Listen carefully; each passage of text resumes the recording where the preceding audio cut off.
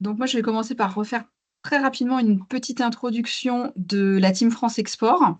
Donc la Team France Export, c'est l'association de plusieurs opérateurs publics pour vraiment vous faciliter vos démarches à l'export. Donc en gros, sous l'égide des régions, c'est l'association des CCI et de Business France qui vont vous permettre d'avoir un accompagnement pour, voilà, quel que soit votre stade de développement, hein, que vous soyez débutant à l'export ou exportateur aguerri, vous accompagner tout au long de votre parcours.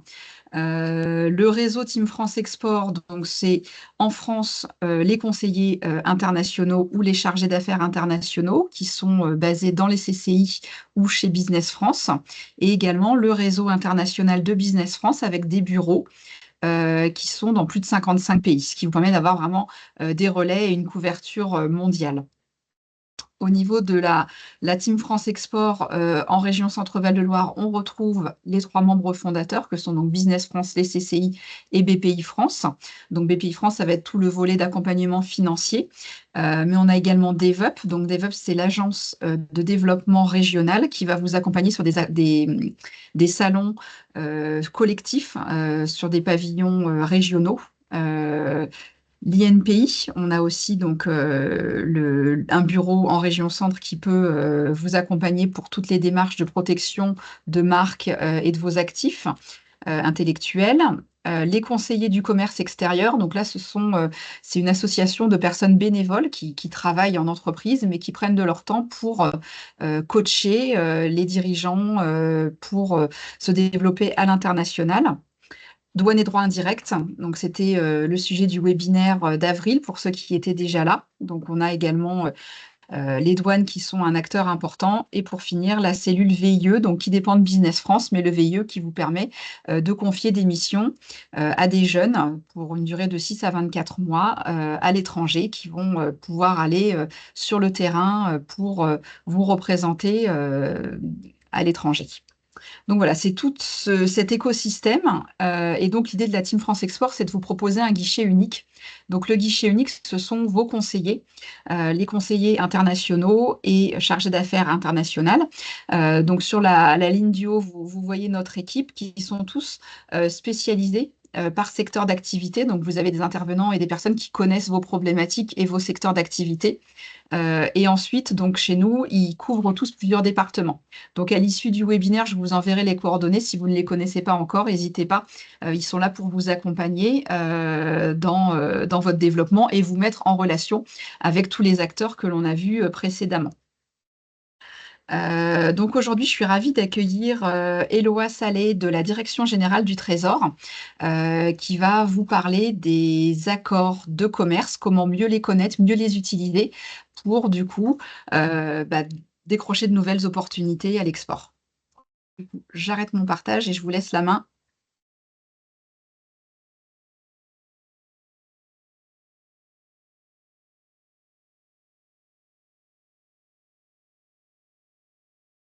Bonjour à tous. J'essaye de partager mon écran. Je ne sais pas si vous voyez. C'est On bon? le voit, ouais. Super. Après, je sais pas Bonjour à tous. Oui, si vous oui, voulez après. passer en diaporama ou Oui, si... je vais le faire. Super. Est-ce que vous voyez mieux maintenant? Alors, ça n'a pas changé. Et comme ça. C'est parfait. Super. Bonjour à tous. Je m'appelle Eloa Salé. Je suis adjointe au chef du bureau Règles internationales du commerce et de l'investissement ici à la Direction générale du Trésor. Et je suis en charge plus pratiquement de la mise en œuvre des accords de commerce et des barrières au commerce dans les pays tiers de l'Union européenne.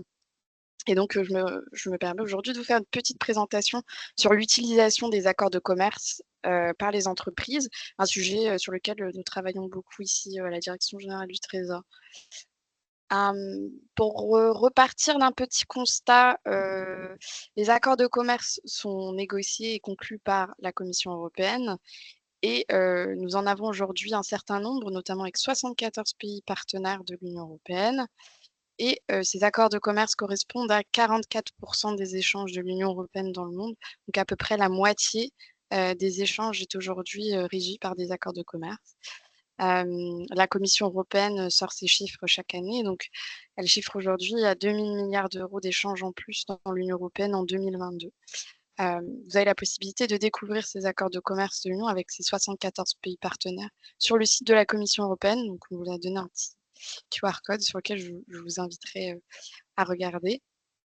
Ces accords de commerce génèrent de réelles opportunités pour les entreprises, notamment à l'exportation, hein. Nous avons plusieurs accords de commerce, notamment l'accord UE-Corée du Sud qui est entré en vigueur en 2015. Et depuis son entrée en vigueur, on constate plus 25% des exportations de la France vers la Corée du Sud. Ça a touché plusieurs pays, comme vous voyez sur la slide, des produits chimiques, cuir, bagages et chaussures aéronautiques, nos principaux pans d'exportation. Nous avons aussi un accord avec le Japon qui est entré en vigueur en 2019 et qui, depuis son entrée en vigueur, nous constatons une augmentation des exportations de plus de 14%, tirée notamment par le secteur aéronautique, les boissons alcoolisées, les vêtements, cuir, bagages, chaussures, produits chimiques, produits pharmaceutiques. Ça s'explique notamment par le fait que les accords de commerce, on y reviendra tout à l'heure, permettent aux entreprises une économie de droit de douane, mais aussi facilitent la reconnaissance de réglementation et donc facilitent le commerce des entreprises. Les accords de commerce, nous avons quelques actualités récentes, notamment l'accord Nouvelle-Zélande, qui a été signé il y a 1 an aujourd'hui, qui est entré en vigueur depuis le 1er mai 2024. Et cet accord de commerce prévoit le démantèlement des droits de douane immédiats dès l'entrée en vigueur de l'accord. Donc, la Commission européenne projette une économie de droits de douane de 140 millions d'euros pour ce nouvel accord et une augmentation des exportations de l'Union européenne, entre l'Union européenne et la Nouvelle-Zélande de plus de 30%. Nous avons aussi un accord avec le Chili qui est conclu et dont l'entrée en vigueur est prévue d'ici la fin de l'année. Mais nous avons aussi des accords de commerce en cours de négociation, donc avec le Mexique, l'Inde, l'Indonésie et la Thaïlande. Donc vous pouvez voir ici qu'il y a un focus sur la zone Indo-Pacifique, qui est une zone d'opportunité pour beaucoup de nos entreprises.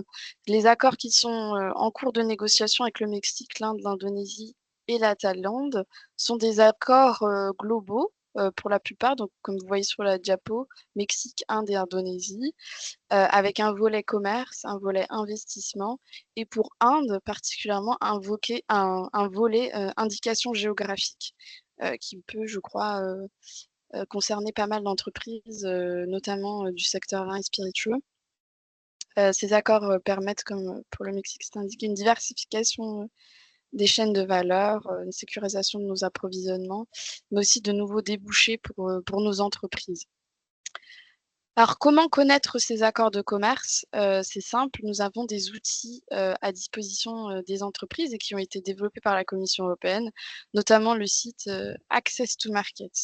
C'est un outil très important pour les entreprises et je vous invite à l'utiliser.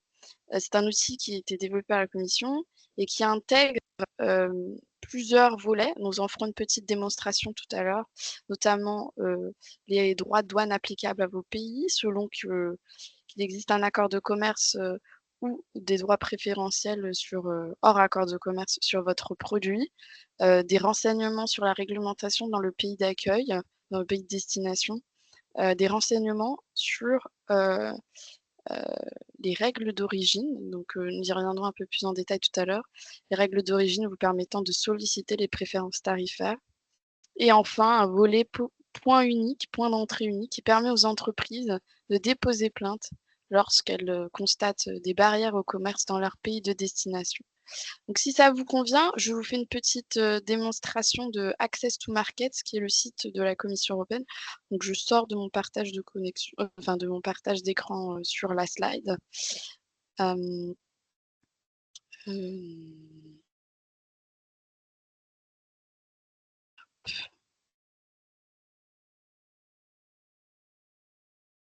Est-ce que vous voyez l'écran? Oui, c'est parfait. Super. Bah, je vous passe une petite vidéo sur la stratégie de la Commission en termes d'accès au marché et la mise en place de cette plateforme Access to Market.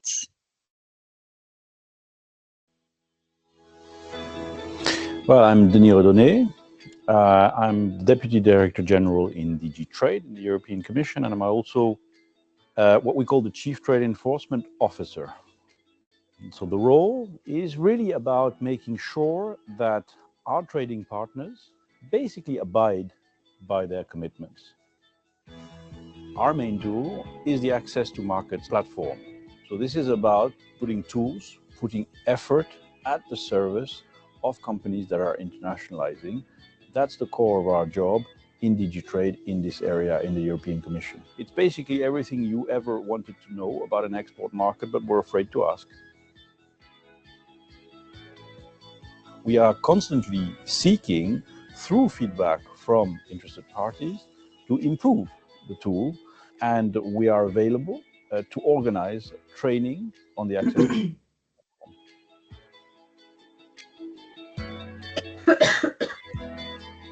The single entry point provides a point of entry to ensure compliance both for market access issues and for sustainability issues for economic operators that are facing barriers in third country markets where we have trade agreements. And on that basis, we seek to remove those barriers, ensure the respect of the trade agreements that we have negotiated.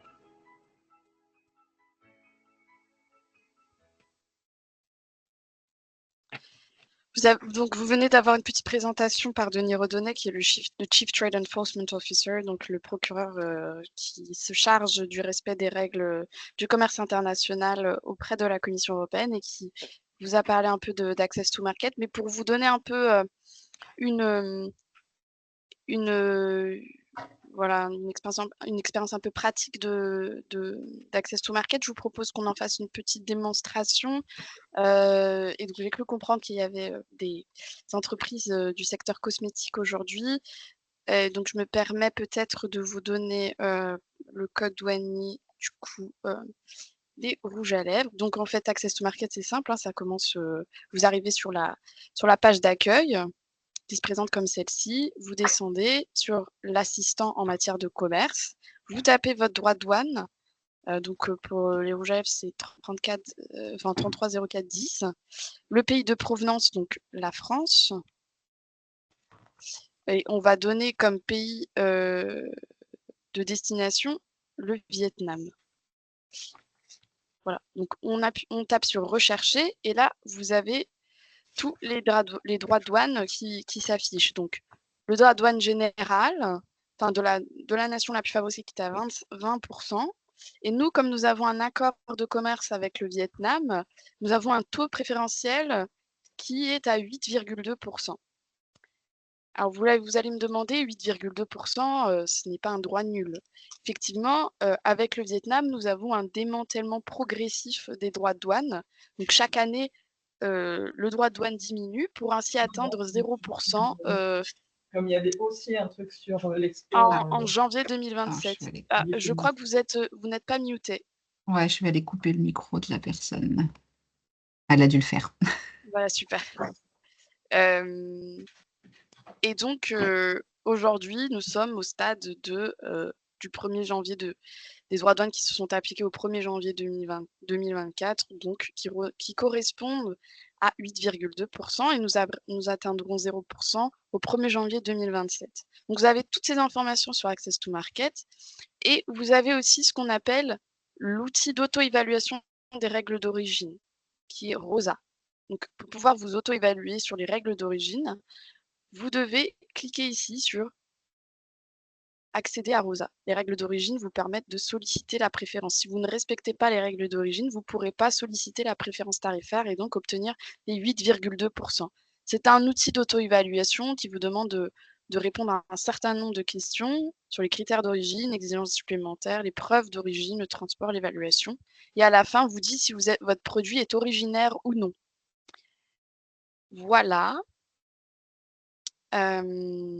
Je vais reprendre ma présentation. Hop.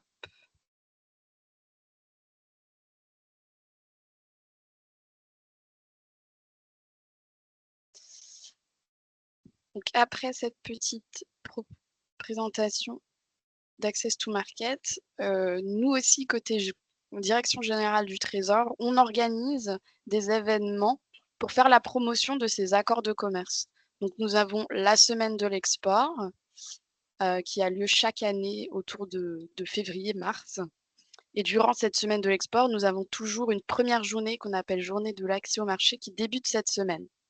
Et donc cette journée accès au marché, elle est présidée par, cette année c'était le ministre du Commerce extérieur et le ministre de l'Agriculture, Marc Fesneau.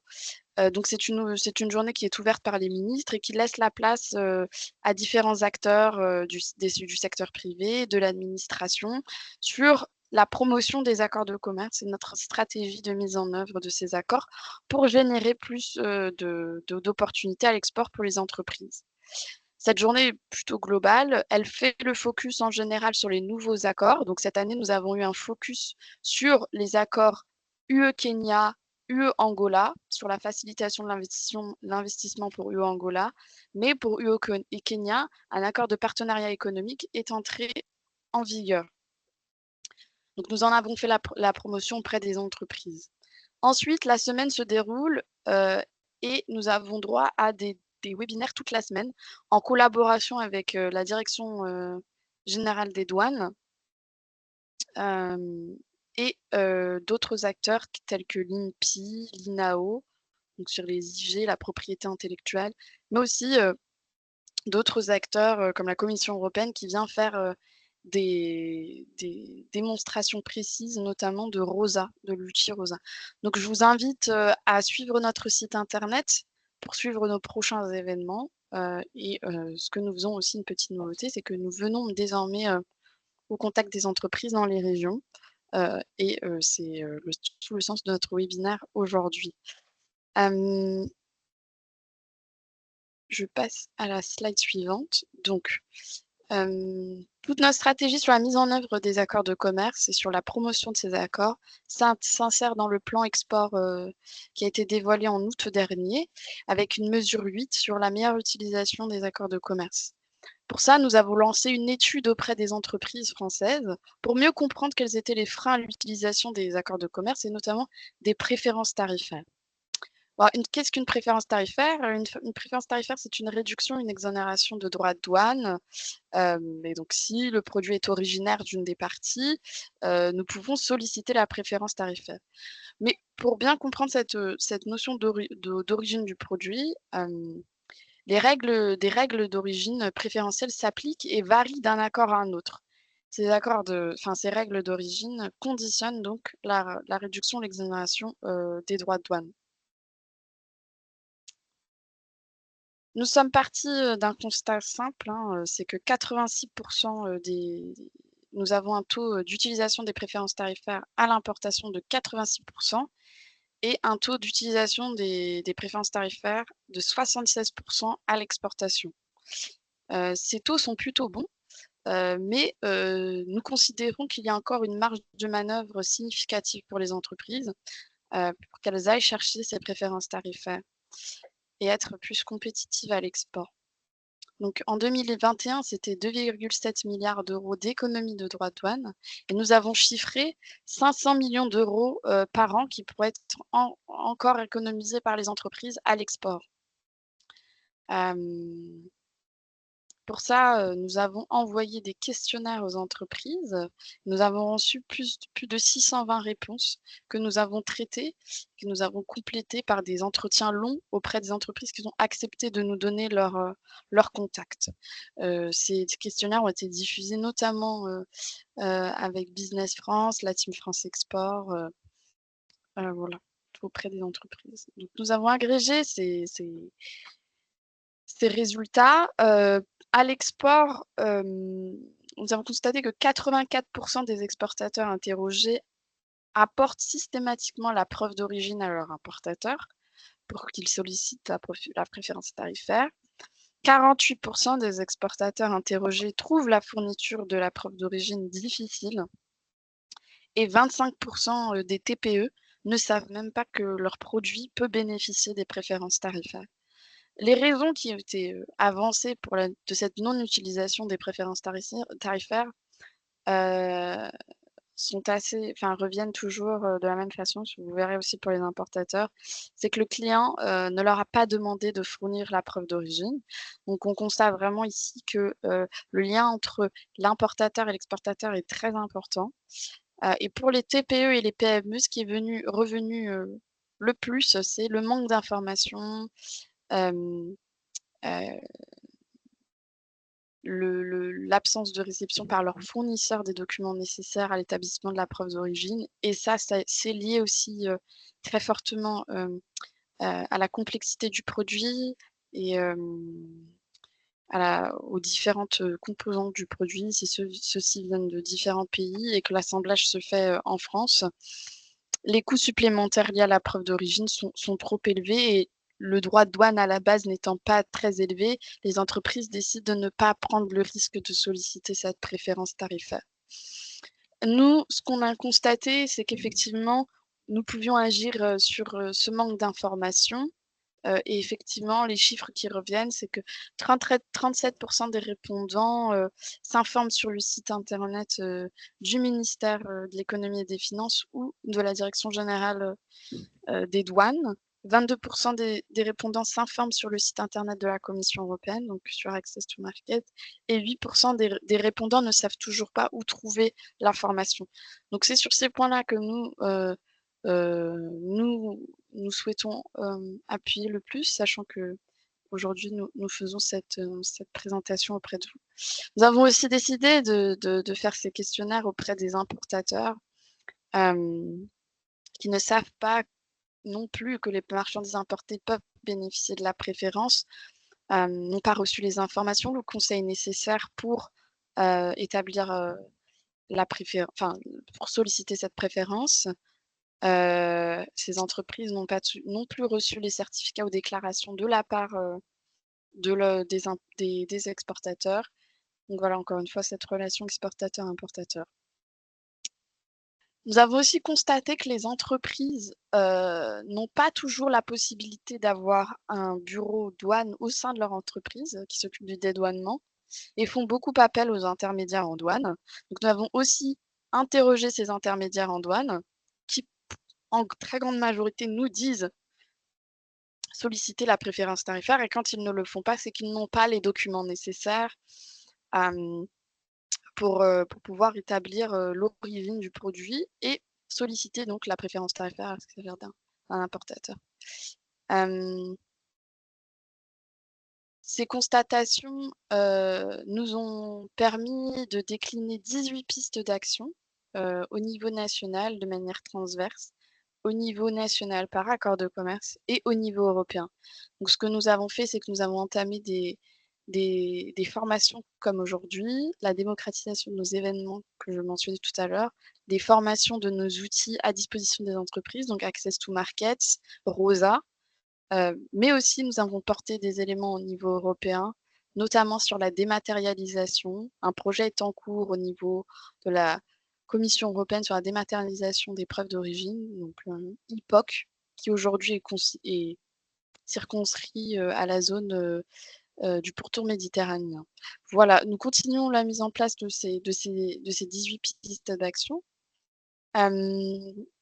qui sont entérinées, comme je l'ai dit tout à l'heure, dans le plan export, Oser l'export. Mais les entreprises, au-delà de la sollicitation des préférences tarifaires et des questions des droits de douane, nous pensons aussi qu'il y a de fortes marges de manœuvre pour que les entreprises anticipent l'environnement réglementaire des marchés à l'export. Pour cela, des outils existent pour mieux connaître l'environnement réglementaire des dans vos destinations à l'export. Donc comme on l'a dit tout à l'heure, Access to Markets qui dispose d'un volet spécifique sur le recensement des barrières au commerce dans les pays tiers. Donc lorsque vous allez dans un pays, quelles barrières existent? Est-ce qu'elles sont nombreuses? De quelle nature sont-elles? Réglementaires, sanitaires? Et elles sont toutes répertoriées sur le site Access to Market. Vous avez aussi la possibilité, comme on l'a dit tout à l'heure et comme vous l'avez entendu dans la vidéo où Denis en faisait état, la mise en place d'un point d'entrée unique qui vous permet d'alerter la Commission européenne sur de possibles difficultés que vous rencontrez dans les pays tiers.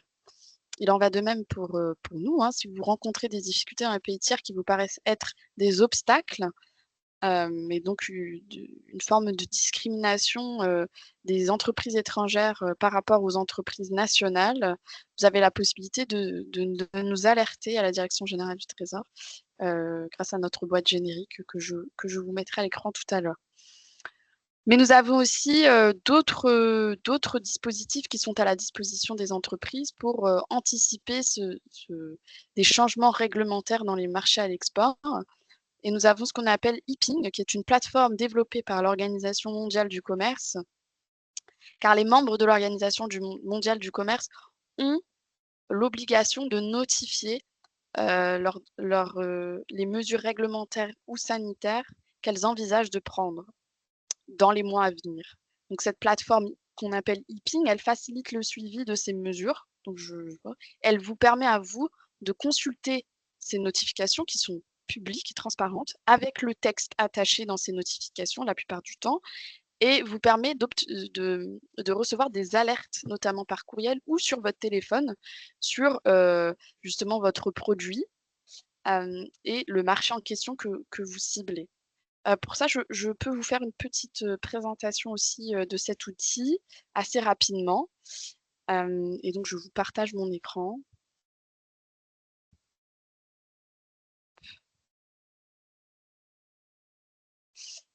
Alors voilà, vous voyez le site IPING, ipingalert.org. Et vous avez, voilà, vous êtes sur la page d'accueil, vous recherchez des notifications.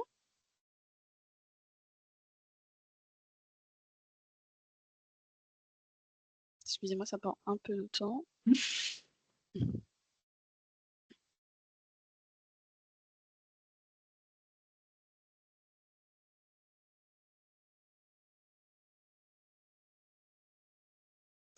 Voilà.